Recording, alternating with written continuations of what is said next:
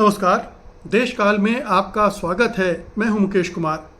दोस्तों, हाल में आपने ऑस्ट्रेलिया का वो वीडियो देखा होगा जिसमें ऑस्ट्रेलियाई प्रवासियों के खिलाफ प्रदर्शन कर रहे हैं, आंदोलन कर रहे हैं, मारपीट कर रहे हैं, हिंसा फैला रहे हैं।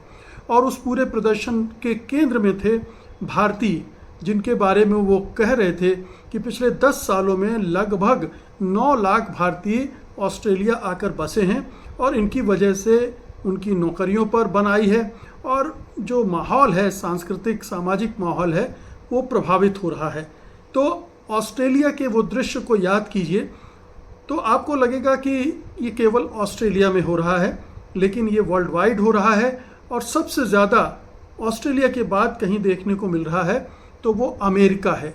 अमेरिका में भारतीयों के खिलाफ एक ज़बरदस्त कैंपेन चल रही है, हेट कैंपेन चल रही है, और इसमें ट्रंप और उनके समर्थक अग्रणी हैं।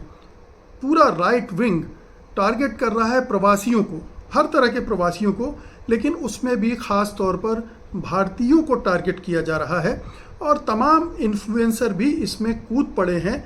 और जाहिर है कि जिन ट्रंप को भारतीयों ने, अमेरिकन भारतीयों ने जिताने में पूरा जोर लगा दिया था, उन्हें लग रहा था कि डोनाल्ड ट्रंप आएंगे तो उनके लिए बहुत अच्छा होगा। जिस तरह से भारत में ट्रंप के जीत के लिए हवन यज्ञ वगैरह हुए थे, उसी तरह से अमेरिका में रह रहे बहुत सारे भारतीय, एक बड़ा सेक्शन भारतीय का ट्रंप को भगवान के रूप में देखने लगा था और भगवान के पक्ष में उसने मतदान किया था। और ट्रंप जब से आए हैं तब से वो प्रवासियों के पीछे पड़े हैं और प्रवासियों के साथ साथ प्रवासियों के उस पूरे अभियान में भारतीय एक बहुत बड़े टारगेट बने हुए हैं। तो एक तो जो ट्रंप के प्रशासन की तरफ से हो रहा है वो हम सब जानते हैं कि सैकड़ों भारतीय कैसे हथकड़ियाँ लगाकर भारत भेजे गए, अभी भी भेजे जा रहे हैं। हमारे पास रिपोर्ट्स नहीं आ रही हैं, वो लगातार भेजे जा रहे हैं वापस, क्योंकि माना जाता है कि तकरीबन 10 लाख के आसपास ऐसे अवैध रूप से रह रहे भारतीय वहाँ हैं। और वो कितने अवैध हैं और कितने हकदार हैं ये एक अलग बहस हो सकती है, लेकिन बहरहाल तो ये एक अभियान तो सरकार, सत्ता पक्ष, ट्रंप प्रशासन की तरफ से चल रहा है।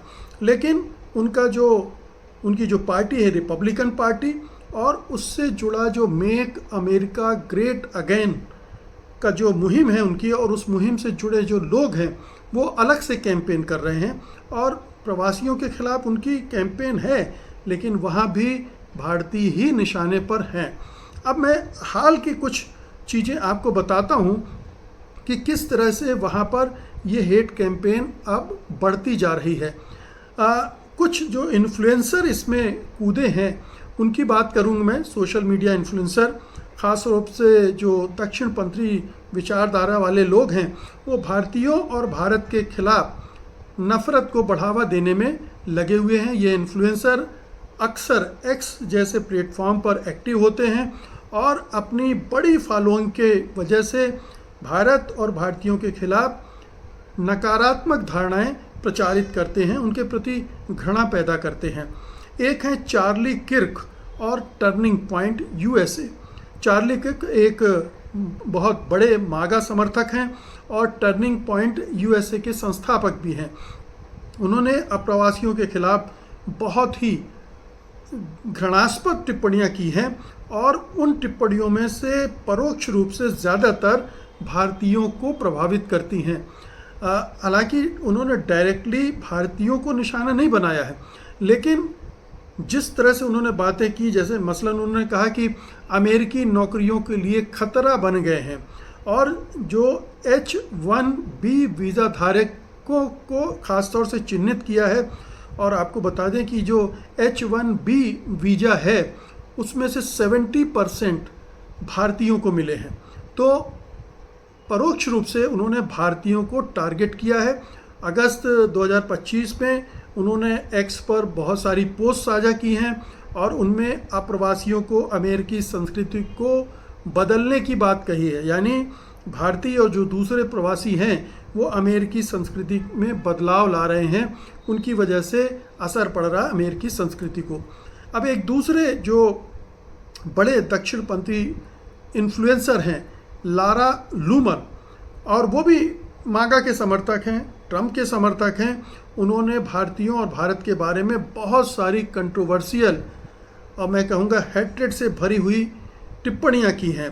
2023 में लूमर ने एक पोस्ट में कहा था, भारतीयों के लिए ख़ास तौर पर, कि वो जो लो स्किल्ड लेबर हैं और अमेरिकी नौकरियों को हड़पने वाले हैं, और ये पूरी तरह से एक तरह का रेसिस्ट टिप्पणी थी भारतीयों के खिलाफ। और उन्होंने ये भी कहा था कि जो भारत और रूस के साथ संबंध हैं भारत के, वो अमेरिका के इंटरेस्ट के खिलाफ हैं, यानी वो टारगेट भारत को भी कर रहे हैं, भारतीयों को भी टारगेट कर रहे हैं।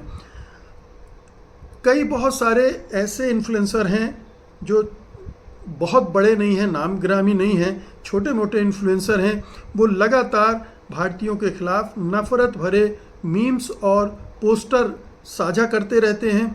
ये पोस्टर अक्सर भारतीय उच्चारण, सांस्कृतिक जो परिपाटियाँ हैं, प्रथाएं हैं, और जो टेक्नोलॉजी के क्षेत्र में भारतीयों की जो सफलता है उसका मजाक उड़ाते हैं। तो ये भारतीयों को टारगेट करके खूब हो रहा है। 2025 में ही एक वायरल एक्स पोस्ट थी में एक इन्फ्लुएंसर ने भारतीय अमेरिकी सीईओ जैसे सुंदर पिचई हैं, सत्य नंडेला हैं, को अमेरिकी तकनीकी उद्योग पर कब्जा करने वाला बताया था। यानी ये जो भारतीय वहाँ अब वो अमेरिकी नागरिक हैं, लेकिन चूंकि भारतीय पहचान है उनकी, वो बड़े पदों पर हैं, सीईओ हैं बड़ी बड़ी कंपनियों के, उनको ये इस तरह से प्रस्तुत कर रहे हैं जैसे ये अमेरिकी जो टेक्नोलॉजिकल कंपनी हैं उन पर कब्जा कर रहे हैं। और जब ये पोस्ट हुआ तो ये लाखों में साझा किया गया लोगों ने। तो एक तरह से ये एक नस्ली हिंसा और नस्ली घृणा को बढ़ावा देने वाला है। रिपब्लिक टीवी में, भारत के रिपब्लिक टीवी में इस तरह की घटनाओं को दिखाते हैं, और इसके काउंटर में जो और घृणा वाले प्रोग्राम बनाते हैं उनका भी वहाँ के इन्फ्लुएंसर इस्तेमाल करके बताते हैं कि देखिए भारतीय चैनल अमेरिका के ख़िलाफ़ क्या क्या कर रहे हैं, किस तरह का कंटेंट दिखा रहे हैं, और इस तरह से उसका बहाना बनाकर वे इस्तेमाल करते हैं इसका। अब सवाल उठता है कि आखिरकार वजह क्या है, क्यों इतनी नकारात्मकता पैदा हो गई है भारतीयों के प्रति, जबकि भारतीय तो ज़्यादातर डायस्पोरा जो है हमारा वो रिपब्लिकन पार्टी के साथ हो गया था, मागा के साथ हो गया था, ट्रंप का भक्त हो गया था। क्योंकि मोदी और ट्रंप की दोस्ती थी, उनमें से ज़्यादातर मोदी भक्त थे, इसलिए वो ट्रंप भक्त भी हो गए, और उन्हें ट्रंप से उम्मीदें भी थीं कि वही हमारे तारणहार हैं। तो उनके पक्ष में इतना जाने के बावजूद ऐसी क्या वजह है कि उनको टारगेट किया जा रहा है? इसकी वजहें बहुत साफ़ हैं, बहुत इसमें कन्फ्यूजन नहीं है। लेकिन पहले कुछ आंकड़े में बता दूं कि भारत जो अमेरिका में रहने वाले भारतीय मूल के लोग हैं उनकी संख्या लगभग 50 लाख के आसपास हो गई है, और ये इतनी बड़ी तादाद नहीं है। इतने बड़े मुल्क 26 करोड़ के मुल्क में 50 लाख की आबादी कोई बहुत ज़्यादा नहीं मानी जानी चाहिए।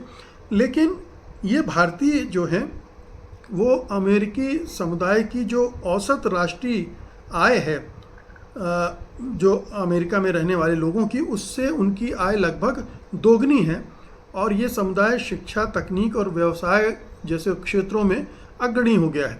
तो एक तरह का जो ईर्ष्या होती है उसकी वजह से भी ये हेट्रेड फैली है, और यहाँ से नकारात्मक भावनाएं पैदा होती हैं। एक आर्थिक प्रतिस्पर्धा शुरू हुई है, और उससे जुड़ा H1B वीज़ा विवाद है जिसका मैंने अभी जिक्र किया। इसकी वजह से एंटी माइग्रेंट एक माहौल बना है, और चूंकि ट्रंप की पूरी राजनीति ही गोरे बनाम अन्य की है, दूसरे जो जितने भी दूसरे समुदाय हैं उनके खिलाफ वो गोरों को भड़काते हैं। जैसे हिंदुस्तान में है, हिंदुओं को एकजुट करो, उनको भड़काओ दूसरे धार्मिक समुदायों के प्रति, और फिर अपना वोट बैंक बनाओ। तो ट्रंप भी इसी तरह की राजनीति करते हैं, और उन्होंने एक घृणा से भरा माहौल बना दिया है। अपने पिछले टर्म में भी उन्होंने यही किया था, जब उस समय एक कैंपेन चली थी 2017 में, सेव अमेरिकन आईटी जॉब्स, और इसके पीछे यही लोग थे जो दक्षिणपंथी लोग थे, ट्रम्प के समर्थक थे। और ये जो वेबसाइट थी save American it jobs IT jobs.org, इसमें एक वीडियो भी पोस्ट किया गया था जिसमें भारतीय परिवारों को गोपनीय रूप से फिल्माया गया था और दावा किया गया था कि भारतीय भीड़ ने मिड वेस्ट अमेरिका, विशेष तौर पर कोलंबस ओहायो को तबाह कर दिया है। मतलब जहां ये भारतीय गए हैं उन्होंने उसको तबाह कर दिया है। और इस वीडियो को बनाने वाले स्टीव फ्यूशर एक 66 वर्षीय कंप्यूटर प्रोग्राम थे। उन्होंने भारतीय प्रवासियों को निशाना बनाते हुए बहुत ही नस्ली टिप्पणियां की थी। तो ये ट्रंप के पहले कार्यकाल से चल रहा है और अब वो बढ़ता जा रहा है लगातार, क्योंकि नफरत बार बार भरी जा रही है अपने समर्थकों में, रिपब्लिकन पार्टी और मागा के समर्थकों में, और उस तरह से गोलबंदी की जा रही है। तो ये एक बड़ी वजह है। दूसरा है कि सांस्कृतिक और नस्लीय तनाव। अब ये भारतीय समुदाय वहाँ गए हैं तो वो अपनी तरह से अपने त्योहारों को मनाते हैं, अपनी जो पहचान है उसको अलग दिखाते हैं, वो अमेरिकन समाज में अलग से पहचाने जाते हैं, रंग की वजह से भी और खान पान रहन सहन की वजह से भी। तो एक सांस्कृतिक टकराव भी ये पैदा हो रहा है, सांस्कृतिक अलगाव और फिर सांस्कृतिक टकराव भी पैदा हो रहा है। फिर जैसे भारत रूस के करीब है, चीन के करीब भी जाता हुआ दिखता है, तो वहाँ से भी शुरू हो जाता है ये घृणा का दौर। फिर सोशल मीडिया और डिजिटल प्लेटफॉर्म पर लगातार ऐसी नस्ली टिप्पणियाँ आती रहती हैं जो तेज़ी से फैलाई जाती हैं और उनका असर आपको देखने को मिलता रहता है। अब एक और चीज़ आप देखिए कि अभी हाल में इसी साल सोशल मीडिया पर एक पोस्ट वायरल हुई थी, अगस्त 2025 में ही।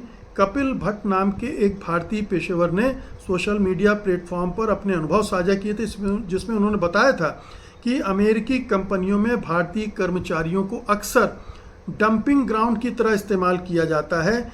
उनके अनुसार भारतीय कर्मचारियों को बहुत ही बोरिंग और समय सीमित कार्य सौंपे जाते हैं, जबकि अमेरिकी सहकर्मी कम जिम्मेदारी लेते हैं। इस पोस्ट को हज़ारों भारतीयों ने समर्थन दिया, जिससे ये बहस छिड़ गई कि भारतीय कर्मचारियों के साथ भेदभाव किया जा रहा है। फिर मैं आपसे ये जिक्र कर ही चुका हूँ कि भारतीयों को कैसे अपमानित करके वहाँ से निर्वासित किया गया है और किया जा रहा है हथकड़ियाँ बेड़ियाँ लगाकर। नस्लीय हिंसा की भी छिटपुट घटनाएं होने लगी वहाँ पर। 2017 में कंसास में एक भारतीय इंजीनियर श्रीनिवास को गोली मारकर हत्या कर दी गई थी। हमलावर ने उन्हें आतंकवादी कहा था और नस्ली टिप्पणी भी की थी। हाल के समय में विशेष रूप से कोविड-19 महामारी के बाद एशियाई अमेरिकियों और ख़ासतौर पर भारतीयों के खिलाफ नस्ली हमलों में और भी वृद्धि हुई है, और ये आर्थिक कारण भी है, सांस्कृतिक कारण भी है, सामाजिक कारण भी है।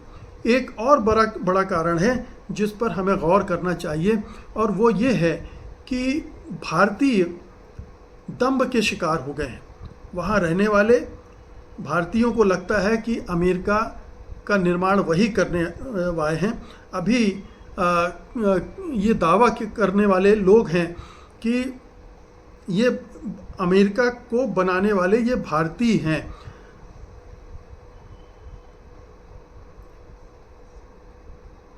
अब कुछ तथ्य मैं देता हूँ। भारतीयों के बारे में बहुत सारी चीज़ें हैं कि भारत की जनसंख्या वहाँ केवल 1.5% है, और ये जो छोटी सी आबादी है पूरे अमेरिका को बनाने का दावा करती है कि उसी की वजह से अमेरिका कामयाब हुआ है।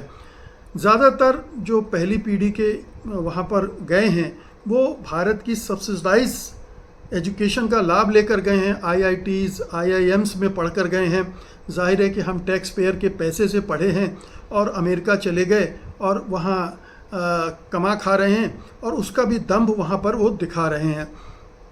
तीसरी बात यह है कि आय की तुलना में चूँकि वो अब वहाँ के जो श्वेत आबादी है उससे थोड़ा ही कम है, तो तो श्वेत आबादी और भारतीयों के बीच में एक कंपटीशन आ गया है, जिसकी वजह से ये बात टकराव की बनने लगती है, नफ़रत की बनने लगती है। और इसको दूसरे तरह से भी देखा जा सकता है कि ये कोई इंडियन जादुई नहीं है, बल्कि जादुई प्रतिभा वाले नहीं हैं। ये है कि यहाँ से बेस्ट टैलेंट हिंदुस्तान का वहाँ जाता है तो बेस्ट परफॉर्म करता है।